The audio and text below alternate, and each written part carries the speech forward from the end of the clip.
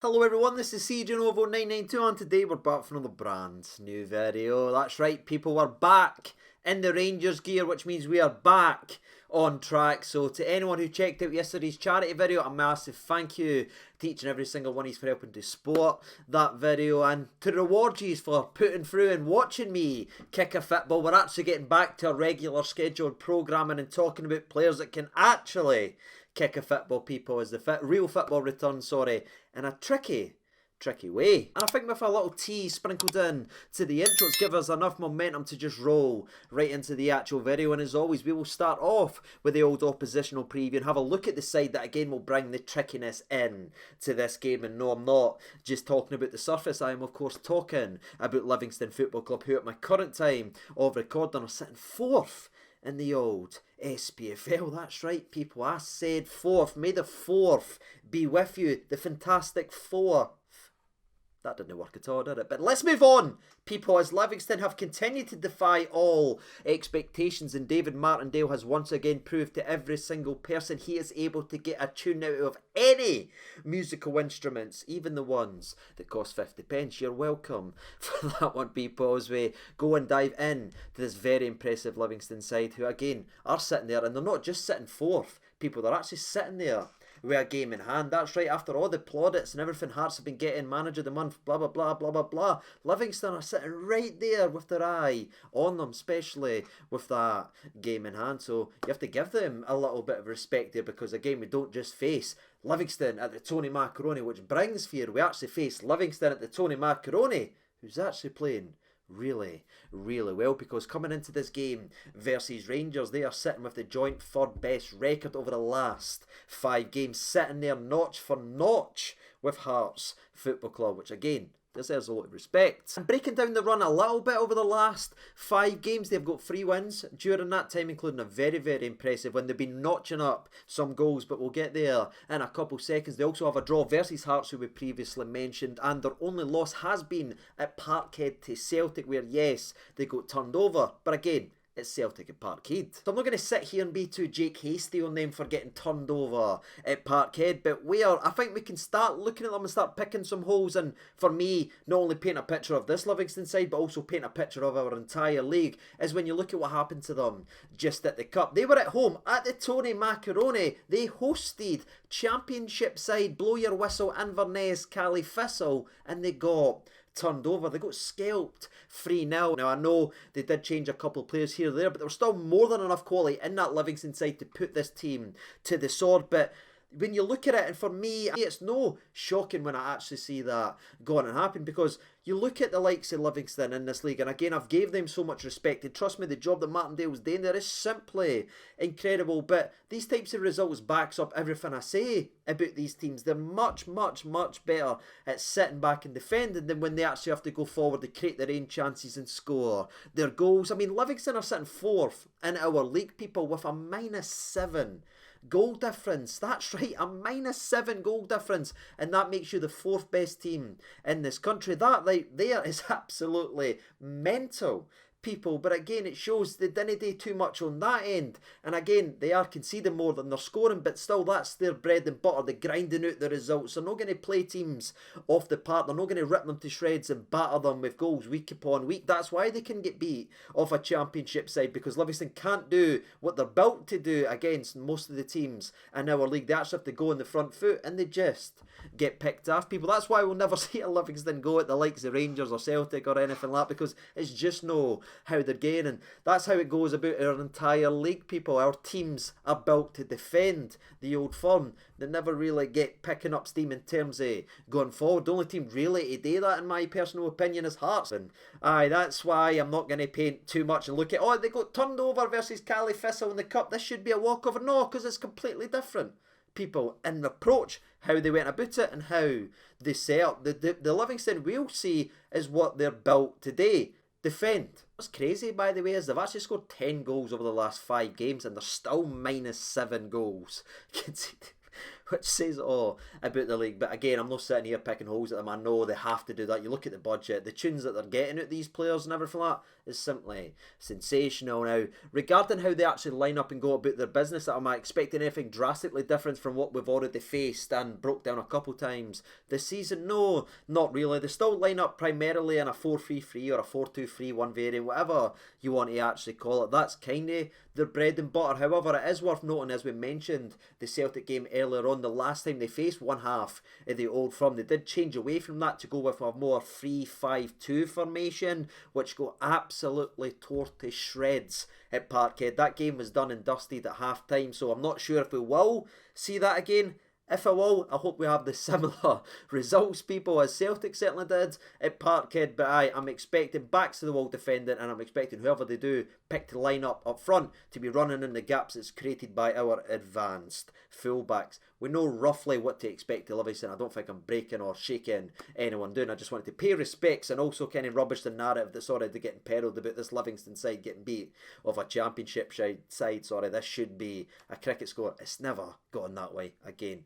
It's completely different. And that's all I really have to say. Again, very impressed with the job that Martindale was actually doing. It's scary, and I don't think he'll ever really get the credit for what he deserves until he ends up leaving, and I think Livingston start to actually struggle. And they're sitting there with a -7 goal difference. I'd love to see that in double digits by the end of tomorrow. But where I think I've been quite nice to Livingston Football Club, especially a lot nicer than the pundits that's supposed to care and promote our game, let's get to Rangers side of today's video, because we're the nice guys of Scottish football after giving the goal to Partick Thistle. Remember all that? Yeah, that's right. The decisions made last weekend parted the Blue Sea like Moses parted the Red Sea, with two certain people arguing consistently in the comment section. But I feel like it's been long enough now that you're not going to shout at me any longer for my opinion on it, even though I do still think if there was a deflected goal gone in the other net rather than the one late in the game, everyone else would be probably saying the same tune as me. But we've moved on from that. There's been explanations given and everything, and I get why they've actually done it, and they wanted to protect a Malik Tillman from the media pile on it again. Completely makes sense. It was just emotional at that time, considering what if that actually went wrong. But there has been a lot of conversation from Michael Beale about turning our performances actually on, and I know people keep going back to the Hearts performance, but that's kind of backing up something we talked about earlier. Hearts come out and attack teams. That's why we're able to be such a free-flowing side and everything like that. And Michael Beale, to be fair, has unlocked the formula of winning dirty consistently. That's something that Gio couldn't do. As much as I wanted it to work out, Gio just couldn't rack up that 10 wins on a trot or anything like that in the SPFL. It was drop points here, great in Europe, drop points here, win and run here. It just wouldn't be consistent. So Beale is doing a job already. It's just trying to find that consistency and bringing the ugly wins up to a standard that isn't driving us absolutely crazy. And that's something that he is striving for, and that's something that he is talking about, trying to get in to these players. He wants to see complete performances. He doesn't want to see in patches, and he's putting down a marker for tomorrow as an opportunity for the players to fight and show they should be in the starting 11 as the team's getting fitter, the team's getting bigger. So who's actually want to be in this 11? I kind of like the competition and some of the stuff he says. If I was a player and if I was hearing that, I'd be like, right, he's challenging me. I'll go out and take it. I think that's what we need again at this football club. Sort of players almost get let off the leash to try and fight for their job. And I would love to see a complete performance tomorrow. Again, I don't think it's going to be as beautiful as it was versus Hearts, but if we can keep them pinned in, if we can start taking our chances, it could genuinely be a real glorious day. And speaking of glorious day, we do have some welcome news regarding some players returning to the starting 11 from obviously the Partick Thistle game. We found out that Connor Golton is good to go. He missed last week with just a little bit of a niggle, so he should be fine and good to go. And we should see the partnership of Davies and Golton continue to grow. Happy CG on that one. There was a lot of clickbait that was put out there about Nicholas Raskin and Ryan Jack regarding this upcoming game, and again Michael Beale did talk about it, saying both of them had little minor things after the Partick Thistle game, but I think that's just protecting the players and everything like that.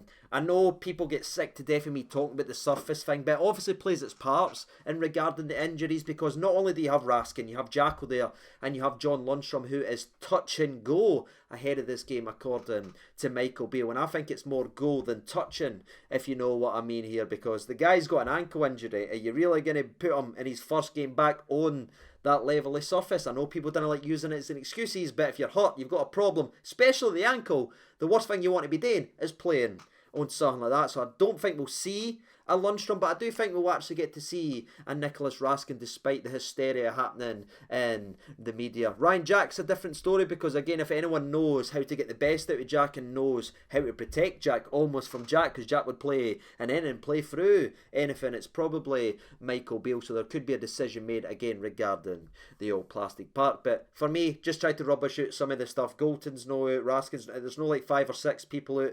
I think they're in a position where they can play. I think it's just good management from Michael Beale on whether or not they will. He's talked up the strength and depth and say that the options are there, so it will be interesting to see if he does go for maybe the Raskin in that singular centre midfielder role again, playing maybe the likes of Malik Tillman in the middle of the park to see if he can continue to develop. Look out for that tomorrow. Someone we won't see tomorrow, however, is again the people we are sort of expecting not to see now, the Hollanders, the John Souters, and I don't think we'll see Hadji either from the starting 11 anyway, especially on that surface as he continues his road to recovery. But I just want to touch on Souter very, very briefly, people, because to me, and again, I'm no moaning here, people, but we were obviously told it was going to be St Johnstone.